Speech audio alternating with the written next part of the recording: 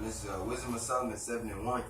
I myself also am a mortal man, like to all, and the offspring of him that was first made of the earth. And in my mother's womb was fashioned to be flesh in the time of 10 months, being compacted in blood of the seed of man and the pleasure that came with sleep. Proper breakdown. Some brothers break that down as pleasure that came with sleep, meaning having sex because you do it at night and with a woman in the bed, blah, blah, blah. But the real breakdown is uninterrupted sleep in a controlled environment inside the incubator or the woman's womb. Okay?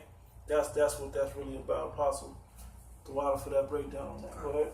And when I was born, I drew in the common air and fell upon the earth, which is of like nature, and the first voice which I uttered was crying. I gotta make this point. Yahweh Shai, what would have been the point if he wouldn't come down in the flesh like all men? What would have been the point of him being perfect upon the earth? That he can be perfect and follow the law perfectly, and the rest of us couldn't. It wouldn't have been no real deal if he was half angelic or whatever you want to call it. If he didn't come down in the full nature of men, to be tempted like men, that's where the miraculous part happens at. Okay, go ahead, bro. And the first voice which I uttered was crying, as all others do. All children, all babies. Go ahead. I was nursed in swaddling clothes, and that with cares. It said the Lord was in swaddling clothes and put in a manger. Okay, so he was a baby like everybody else that was born. So he went through the same process. The sex was had, the whole nine. Okay, and it takes the other XY chromosome or whatever to create that. When you go on the science, it gets deep like that. Okay, not to break all that down now, but the man holds the other part to make that happen. That Y chromosome or that other X chromosome that goes with the woman to make that happen. Go ahead, bro. For there is no king that had any other beginning in birth. Not even the King of Kings, the Lord of Lords. Go ahead. For all men have one entrance into life. And he came in the same way and the light going out. And he died. But then the Lord resurrected him back. Okay? That's it, right? So with that, if you can't see the virgin birth, hey, you need to study to show yourself approved unto the Most High God.